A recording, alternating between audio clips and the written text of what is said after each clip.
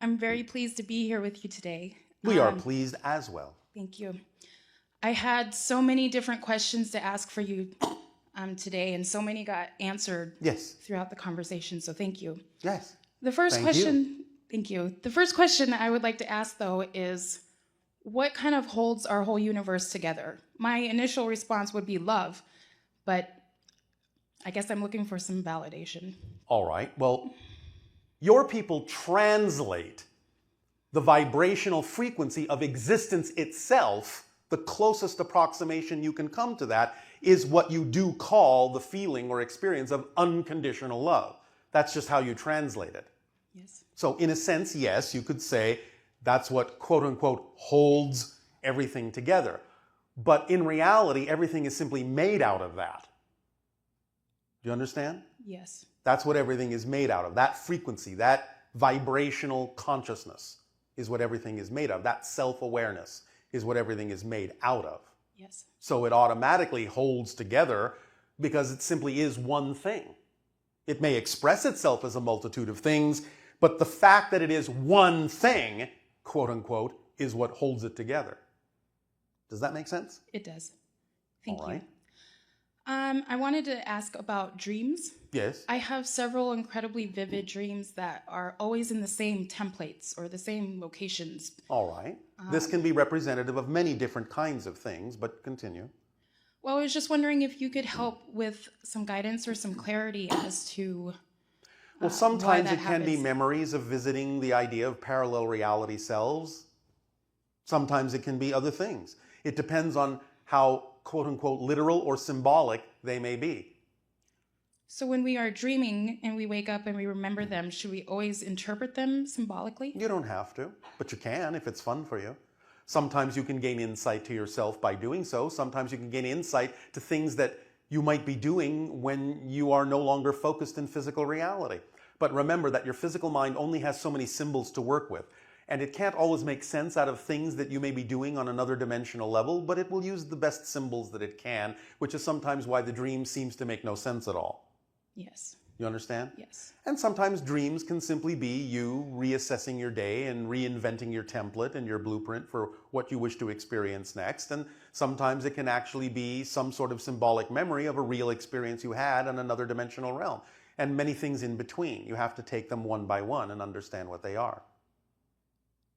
Okay. Is this of any help to you? Yes. All right. Yes. And? I'm looking forward to dreaming more. I had two other questions for you. You understand you're dreaming right now, yes? Yes. Yes. In fact, yes. I'm constantly looking at my reality and saying to myself that this is not real. Well, it's real as an experience, but it's not real as a solid reality. It's a projection of your consciousness. And paradoxically, since we're talking about the idea of dreaming, by going to sleep physically is actually when you wake up into more of yourself. And when you wake up physically, that's actually when you're going to sleep. Because you're narrowing your focus of your total self down to a physical reality dream. But when you go to sleep, you expand your focus and very often expand beyond the borders of the physical experience and thus become more of yourself. Make sense? That does make sense. So learning to become lucid in the physical dream is what this transformational age is all about. And sometimes it can help you become lucid in the physical dream by learning to become lucid in your dream state. And vice versa. I see. Does this help? It does help. All right. My last question is, it has to do with an experience in my childhood. Yes. I really feel... if, in fact, that was your childhood. It was my childhood, yes. But we'll go with that for the moment, for the sake of continuity. I had an experience when I was about 6, and it felt like it really changed the whole theme of my existence here in this lifetime. From what to what? I'm not even quite sure. I just feel that a lot of my belief systems all stem to that one experience. All right. And so, what have you done with that? I have... Are you following your excitement? I am, to the best of my ability. I feel, though, that yes. I have to bring it always back to that present moment of... Yes. Well, that's part of the process, learning yes. to live in the moment. Yes. Learning that there is nothing more valuable than what's going on right now. That's where everything you need is contained. Yes. And the more you live in the moment, the faster another now moment can manifest. The more you attempt to live outside the moment, the longer it takes for another now moment to manifest. That's the paradox. You have to live in the moment and use it up for something else to happen. That's how you accelerate things. But when you look to accelerate things by looking to the future, you're no longer living in the moment, and you actually paradoxically slow things down. Okay. Yeah, I needed that. All right. I needed that piece. Thank you. Yes. What I was going to say too is with the belief systems, when I encounter, I feel like I'm like in a tennis game where I'm being, with the balls are constantly coming. The balls Yes. are my belief systems, and I kind of get overwhelmed. Where it's like, that's all right. You can take a break. Investigate all of my belief systems. You can take a break. What's your rush? What's your hurry? You're an infinite, eternal, indestructible being. What's your hurry? Where are you going? Yeah. You become overwhelmed because you think you have to deal with all of it right away, or something wrong will happen. Relax. There is no time like the present. Relax. And you will actually accelerate. That's what we just told you. The paradox is, the more you take time to slow down and relax, the faster things will go. The more you try to speed up, the slower and longer things take. Because you're not living in the present. You're not matching the frequency of your now. Okay. Does that make sense? Yes. Yes, I really appreciate it. Go with the flow. Yes. Don't swim upstream. That's resistance. Just go with the flow. The current knows where to take you. Trust the speed of the current. Now, sometimes you can accelerate things by divesting yourself of beliefs that no longer work for you. That's fine. That's part of the process. But go with the flow. Excellent.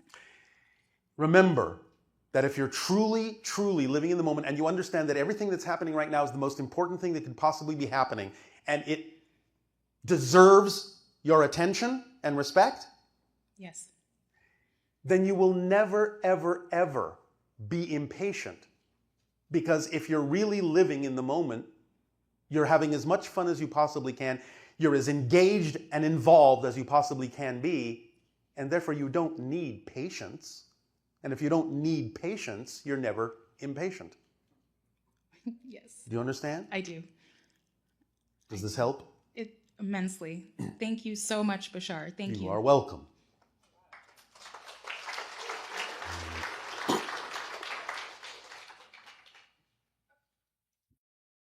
Hi. And to you, good day. Yay! So my first question is about coffee. Coffee. Yes, the drink. All right. What about it? I know from a vibrational standpoint it's not good for me. All right. Then that's you. But I find that when I raise my frequency to incredibly high transformational rate, Yes. I have issues with insomnia. So what? Who says you should be asleep at that moment? Many people on your planet do not follow their natural biological awake-sleep cycle. They force themselves to be awake when they need to be asleep. They force themselves to be asleep when they need to be awake. Find your natural cycle. That's all you need to do. Then it will not be insomnia. If it's natural for you to be awake at the wee hours of the morning or whenever, then that might be your natural cycle when you're at your highest peak of creativity. Mm-hmm. Then when you find yourself actually going down in your vibratory biological cycle and need to sleep, sleep. You have to get over the idea that your society tells you when you should be awake and you should be asleep to find your natural cycle. You follow me? Yes. Is this helping? Yes. Yes. Most of you are not living your natural biological cycles. Yes, definitely. Yes. So my second question is about moldavite crystals. Can you expand on those a little Permission more? slips, like anything. If you're attracted to it, then that means there's something about that particular permission slip that aligns with your belief system in such a way that it allows you to give yourself permission to be more of who you are by using that particular reflection or object. If you're attracted to it, use it. If you're not, don't. Simple enough. All things, all objects, all rituals, all techniques, all tools are permission slips. Use them if you're attracted to them. Don't use them if you're not. That's all they're there for. To reflect to you an alignment in your belief system wherein you are willing to say, I'm willing to change my beliefs and allow something to happen I didn't believe was possible by using this thing. But you're the one doing it anyway. You're the ultimate permission slip. But you can use those reflections as helpers to put you in touch with what you believe is true. So if that's what attracts you, by all means. Cool. Yes? Yes. So one more question. I wanted to ask about a relationship. Yes. A soulmate of mine that I have a tendency to go through. You have a what? I have a tendency. You have a what? I go through. You choose. I choose to go through many times. Tendencies mean I can't help it. No responsibility there. Right. No way to change anything. Right. I choose. I choose. Now if you're choosing something you don't prefer, now you have something to work with, because the first question would be, what would I have to believe is true in order to keep choosing something I don't prefer? Where if you say, well, I have a tendency, that gives you nothing to work with. No insight into yourself at all. It's about taking ownership. Yes. Response ability. The ability to respond. Oh, that's good. So what is the thing that you choose? So the thing that I choose Yes. is that, going almost back to the coffee question, I ramp up my energy to such a degree that this counterpart to the relationship comes in. Yes. And it has a tendency. It has a what? We are selectively deaf to concepts that don't work for us. I choose this relationship to drag me down. Why? That's a good question. Do you have a good answer? No, I don't. Yes, you do. You're just not paying attention to it. Yes. Remember what we talked about when we talk about the motivational mechanism within all of you? This is an absolute given. You all, always, and I mean there are no exceptions, always move in the direction, choose in the direction of what you believe is in your best interest. You always move away from what you believe is not in your best interest. Therefore, if you know that, and you know that's how the mechanism works, if you then are choosing something that you know is not in your best interest, the only way you would do so is you have a definition of that thing that makes it seem to be in your best interest more than the other choice. You need to find the belief that says that that thing you don't prefer is a better choice than the thing that would actually serve you better. Find that belief and let it go. And then the motivational mechanism will flip around the other way, and you will only choose the things that are actually to your benefit, instead of attaching beliefs to the things that are not to your benefit that make it seem to be to your benefit. Yes. Making some sense? So, in saying that you are choosing to do something in a relationship where you feel dragged down, why do you choose that? What beliefs do you have about yourself that you would attract that experience? That I don't deserve to be at the energy level that brings that experience in. Do you really buy that? I buy the concept that... That you might believe that. I might believe that. What do you get out of believing that? That you don't deserve that? I get the approval of the people who are my parents and the people who think I'm different. All right. So in other words, you're willing to go for approval instead of actually honoring yourself and thus honoring them by being yourself. Yes.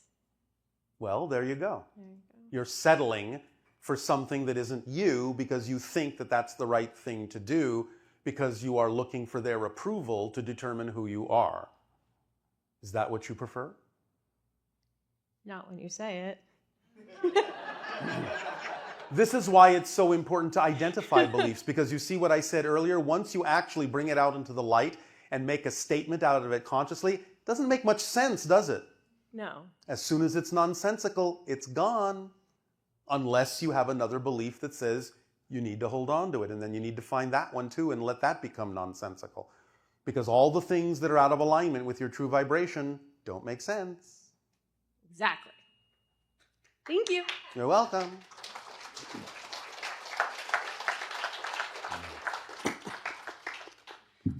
Hello, Tadea. Nani? We have some questions from our Ustream listeners. Oh, all right.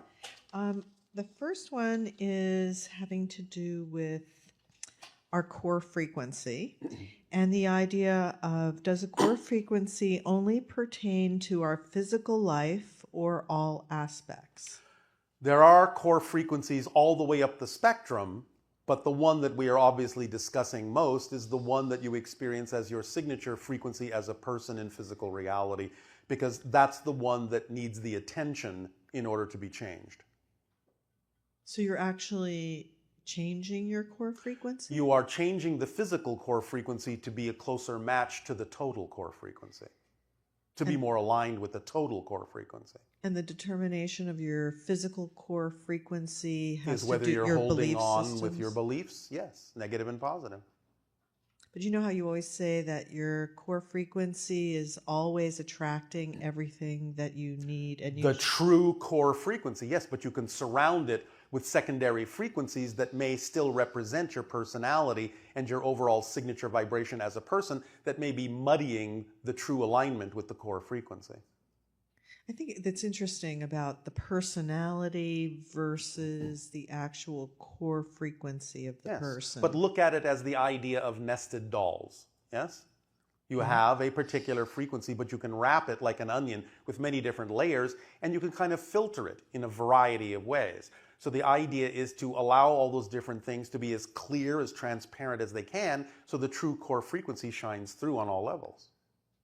Okay, and let's see, they said, what if we have a low core frequency? Can we change it? You just answered that. Yes. And how can we experience the highest joy with a low core frequency? Start small. Do something that contains even just a tiny, tiny, tiny bit more excitement than anything else. Do it to the best of your ability. Do it with no insistence on an outcome, and then do it again. And then do it again, and then do it again until it grows and becomes bigger and bigger and bigger steps, bigger and bigger and bigger opportunities that will allow your excitement to expand. But you will always be capable of doing something if you are willing to. And is it really necessary on a daily basis to sort of monitor your state of being and determine if you're in a negative state and change it? And No. It's not always necessary, but you may find that from time to time, it will be valuable to do so. But I mean, like for people who want contact and they want their frequency to be up over 200,000 cycles per second. Act on your highest excitement to the best of your ability with no insistence on the outcome. That's the formula. It's not going to change. But the formula is going to bring up all the beliefs that you have. Exactly, which gives you an opportunity to let them go and add their energy to the excitement, which expands your vibration and raises it higher and higher and higher until you pass the 200,000 cycle per second frequency. Right. So if you're going through your day and you notice that you get upset about something or all that, then that's an opportunity to practice shifting your frequency to a higher level. Yes. So that it becomes second nature. First nature. First nature. Right now, it is second nature, sometimes even third nature. So make it first nature. It just seems like a good practice. It is. That would then allow you to experience more and more expanded joy in the 3 AAA formula. Acknowledge, appreciate, and allow. Right. And when we were talking about that recently, we talked about the idea that when you acknowledge what's happening. Yes. And then acknowledge what you have instead of what you don't have. That's the phrase. Okay. Acknowledge what you have instead of what you don't have. Appreciate what you have once you've acknowledged it. Again, the appreciation of a moment and an experience that you're having doesn't necessarily mean that just because you appreciate it for being there, that you have to condone something you don't prefer that may have happened. Right, because circumstances don't matter, only state Exactly. of being matters. That's why you go into appreciation as a state, regardless of the circumstances. And it doesn't mean that you're condoning the circumstances. So if something challenging happens Yes. that causes you, that you make a choice to lower your frequency Yes. around it, Yes. the antidote to that is to Acknowledge what you do have instead of what you don't have. Appreciate, which means create that state of appreciation for what you do have, and then allow the next thing that needs to happen, and continue to do that if you need to continue to do that. And then don't give energy to the circumstances. No, because the circumstances is just a neutral set of props. It may still be representative of something you don't prefer, but that doesn't mean it has to affect you in any negative way. Therefore, if you simply go into a state of appreciation, you can still neutrally observe that it is a situation you don't prefer, but you won't be negatively affected by it. It really is a relearning of how to interact with physical reality. That's what we've been talking about for 33 years of your time. It's a relearning of how physical reality works. It's an understanding of the nature and structure of existence, and so you can use it effectively as a tool, because it works the same for everyone, all the time. It's only an issue of whether you use it in a way that you prefer or use it in a way that you don't. It doesn't care. It's up to you. Well, it's nice to know there's an alternative way of experiencing this reality, certainly. There always is. Yes. There always is. In all ways, right? Yes. Okay, and here's another question. You said that everything is synchronicity, Yes. but often we don't recognize it as such. Yes. Do we attract negative synchronicity based on our thoughts and beliefs? And is giving negative things a positive meaning a method of attracting more positive synchronicity? Yes. Again, you don't have to say this negative thing is a positive thing. We're saying you can recognize something that you don't prefer and still create the understanding that you will still derive a beneficial and positive effect from your experience of it. And that will continue to expand your positive state of being. And that's actually a really powerful thing to recognize, that Yes, it is. you don't have to look at a situation and say, oh, I'm really glad this happened, or something like that. No, you can go more in the That's not direction, what it's about. just recognizing that everything that's happening can serve you in a positive Yes. way. By putting it in that context, that then allows it to shift into Yes. positive If energy. nothing else, the idea of observing something you don't prefer can put you in a state of appreciation that it is now clarified more clearly for you what you do prefer by contrast. Sometimes people on your planet will do that. They will expose themselves to something they don't prefer to give themselves a better idea, a clearer idea of what they do prefer. And therefore they've used what they don't prefer in a positive way that they can appreciate, even if they don't actually prefer the thing itself. It's just really interesting that you don't necessarily have to deal with what you're observing. You simply have to put it under the umbrella of a positive meaning for what you will get out of it. Yes, and you may find yourself dealing with it, but then you will deal with it in a completely different way that's reflective of the positive state that you have generated with your appreciation. It's wonderful. Yes, it is. What time is it? It's probably time to do the holotope. Yes, it is.